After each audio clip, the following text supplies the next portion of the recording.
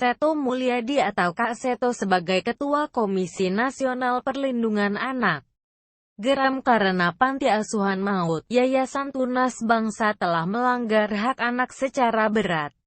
Saking geramnya, dia menyebut panti di Kecamatan Tenayan Raya, Pekanbaru, Riau itu tak ubahnya tempat sampah.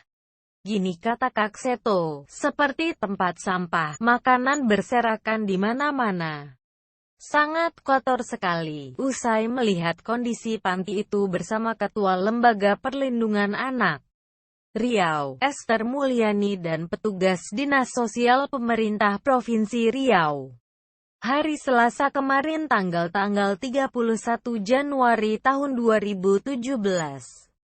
Dia menyebut kondisi itu sangat tidak layak untuk ditinggali anak, apalagi dijadikan sebagai panti asuhan. Dia pun mengaku prihatin kondisi semacam ini bisa dibiarkan gitu saja oleh pengelola dan pemilik panti, yang bernama Lili Rahmawati. Di lokasi itu, tak ada satupun benda yang dikategorikan bersih dan sehat.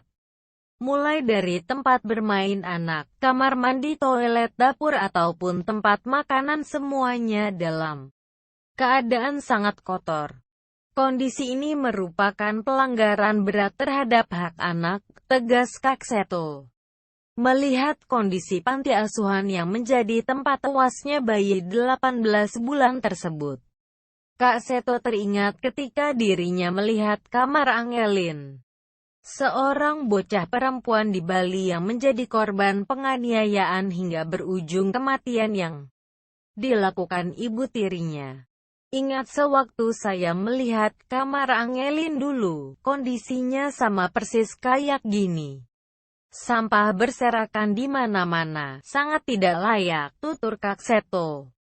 Yang membedakan kamar Angelin dengan panti asuhan ini adalah tingkat keparahan kondisi. Jika melihat dari sisi penghuninya, panti asuhan itu dikategorikan sangat parah karena penghuninya rata-rata masih bayi. Kalau Angelin umurnya 9 tahun ya. Kalau di sini ini bayi, sangat tidak layak, sebut Kak Seto. Dia menjelaskan, kondisi bangunan dan ruangan di panti sangat rentan menimbulkan penyakit bagi anak-anak, yang tentu masih sangat membutuhkan berkembangan. Misalnya saja diare dan penyakit yang berbahaya lainnya. Terkait adanya oknum dari pengelola panti yang diduga melakukan penganiayaan, Kak Seto memberi pandangannya. Kata dia, pada umumnya panti asuhan memiliki tujuan mulia. Panti-panti dinilai mendedikasikan diri mengasuh anak supaya mendapat perhatian dan merasa punya orang tua.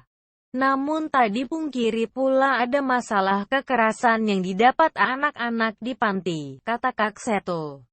Dia menyebutkan, kekerasan dan intimidasi yang diperoleh anak selama tinggal di panti merupakan dampak emosional yang dialami pengelola. Makanya atas kejadian ini, kekerasan menjadi pembelajaran bagi kita semua agar lebih intensif mengawasi panti agar tidak ada masalah seperti ini, sebut Kak Seto. Kak Seto kemudian mendorong agar pemerintah membentuk lembaga khusus pengawasan anak hingga sampai ke tingkat RT dan RW. Intinya, harus ada perlindungan anak supaya tak timbul kekerasan seperti di Panti Asuhan Maut. Yayasan